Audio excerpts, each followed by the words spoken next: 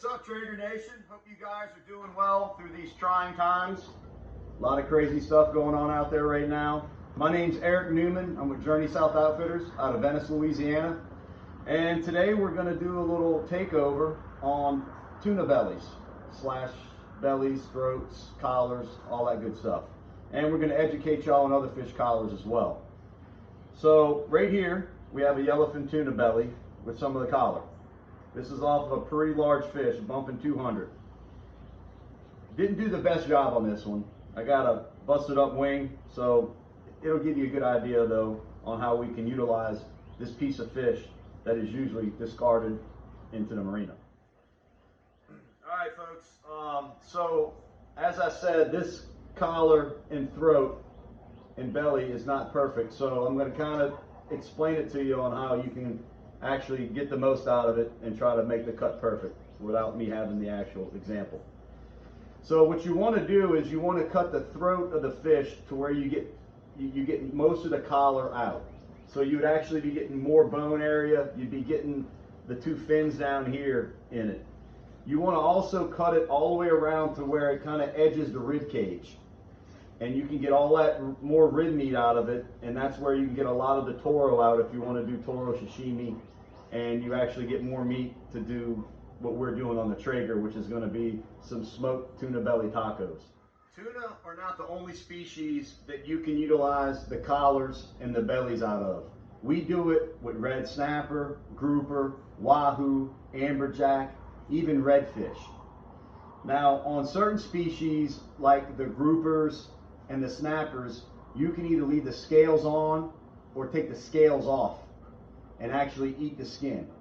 Other species, it's good to leave the scales on, and you can the scales and then the belly membrane, the stomach, will kind of seal everything in like a cooking bag almost, and all that beautiful meat will cook in its own fat.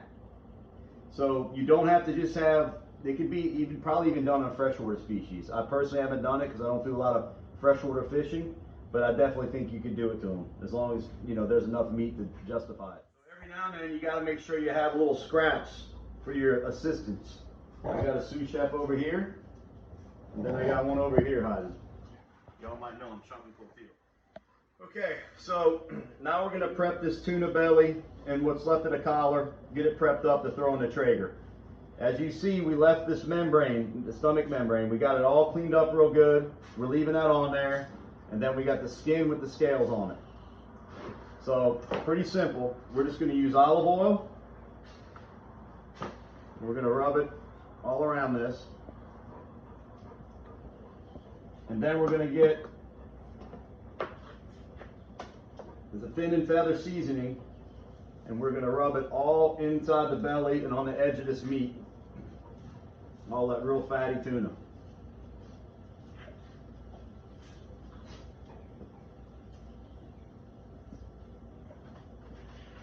This is very simple. Nothing fancy with this. You can get fancy if you want. You can do, I've done some really good ones with like an Asian marinade. You get fresh cilantro, basil, red chili sauce, that glaze, soy sauce, lemon juice, sesame oil. You can do an Asian version. This is just going to be very simple. We're just going to rub this guy down with the olive oil and the fin and feather. We got the Traeger at 200 degrees on super smoke. And we're going to let it roll until the internal temperature. We're going to stick it with a thermopen. We're going to let it roll to about 145, 150 degrees. One thing that's really cool is on our tuna here in the Gulf of Mexico, the fat content in these fish change throughout the year. This fish is super fatty. All our tuna, all our big tuna this time of the year, they come to these salt domes. They aggregate there, and the main reason they're coming there is to gorge themselves on menhaden. Pogie, bunker, they got a different name in different areas. But menhaden are the most oil-rich, protein-rich bait fish in North America. So when the fish come to these salt domes and they gorge on it, you can see the actual meat in the belly meat change. The fat content spikes up dramatically. When you're cleaning them with your knives, you can see the fat kind of getting all coagulated on your knife blade. So this fish will be perfect for the smoking technique on the Traeger because all that fat is going to just melt down into the meat and cook. And you'll see when this is finished, it almost looks like pulled pork when you start scraping it out the belly with the spoon. So it's pretty cool, and it's absolutely delicious.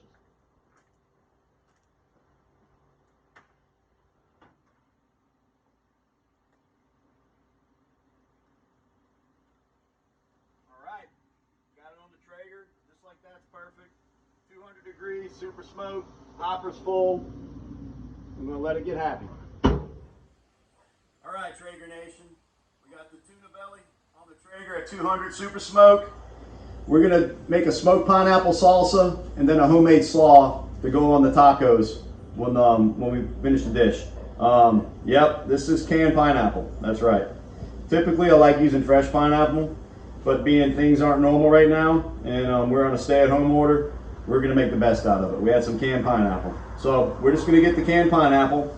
We're gonna sprinkle a bunch of coffee rub on it. Just kind of get it all on there. And we're going to smoke this pineapple for probably an hour or so. Just let it get a good smoky flavor. We're going to put it on the same Traeger as the tuna belly. Just let this get a little smoky and make the best salsa we can with it.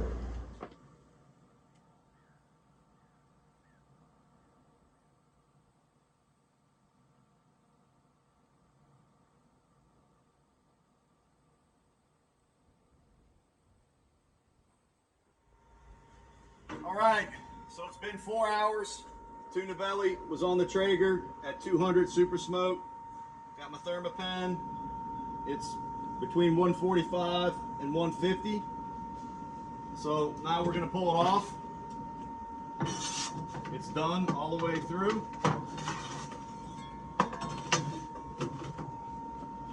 We'll let it cool down a little bit before we remove the membrane and start scraping it out with a spoon. Traeger Nation. So up next, we're going to make Mo's famous smoked pineapple salsa. All right, we got the smoked pineapple. This is a can of smoked pineapple, pineapple rings. I apologize. And we're going to put that in a bowl. Then we have some diced tomatoes. We took the seeds and the flesh from the inside out. This is 4 tomatoes. Diced up really good. And we have a half of purple onion, diced up really well. And that goes in. And then we have 1 lime. I'm going to squeeze 1 lime in there. Get as much of that as we can.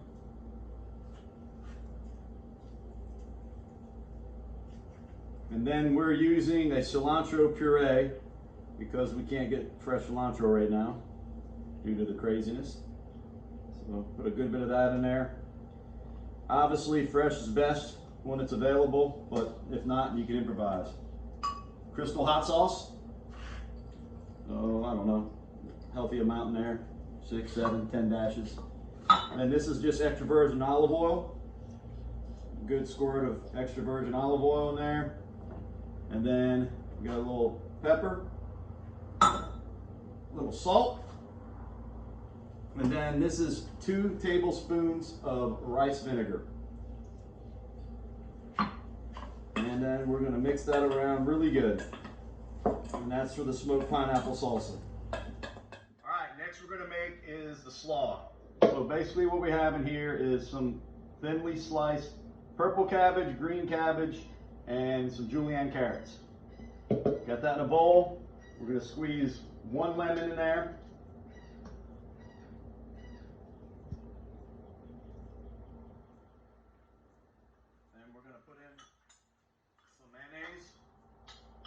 Try not to go too crazy with the mayo. Then we have a little veggie rub, Traeger veggie rub.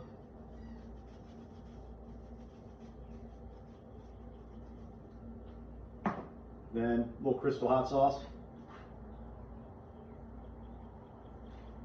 Then a touch of olive oil. And then a bit of truffle oil. Truffle oil makes everything good. And then stir that around, get everything incorporated together, and there's your slaw. All right, so I kind of cheated and started it off due to I have a messed up hand here. But as you can see, I started slicing the membrane back, and it peels back fairly easy.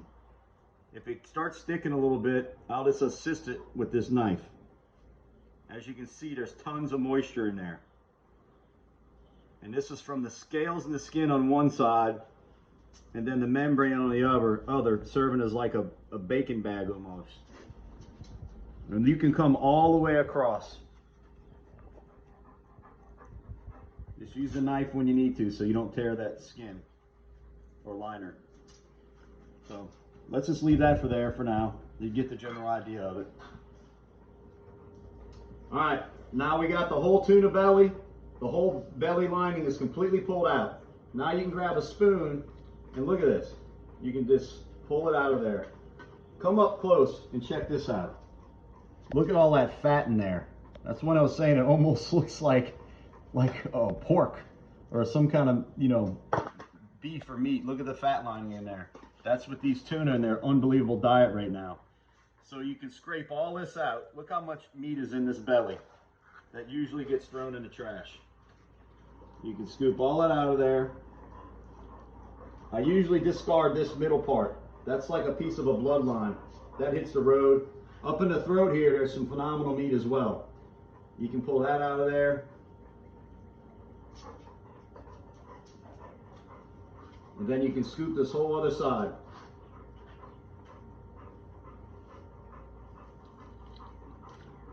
I mean, you can have a taco party for a lot of people with one tuna belly. Alrighty, folks, we got some flour tortillas here. We're gonna grab some of this beautiful smoked tuna belly. I mean, look at that. Is that incredible or what? We'll get some tuna belly on each tortilla. And like I said, you can do this with a lot of saltwater species, and I'm sure even some freshwater species.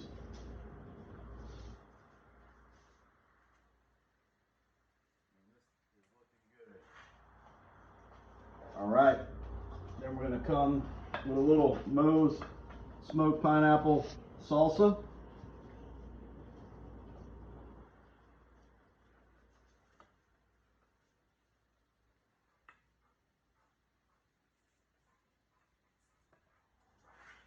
Then a little slaw.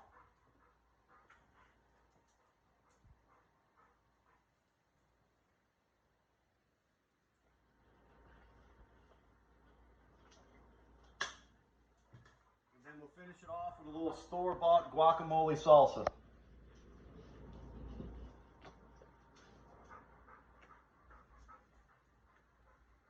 And then if you want a little shredded Mexican cheese.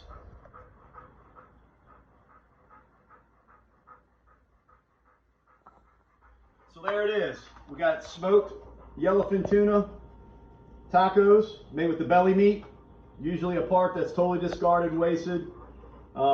Some fresh ingredients, some ingredients that came out of cans, whatever you got to do to improvise. Delicious dish, good for a big group of people or just you and your loved ones right now.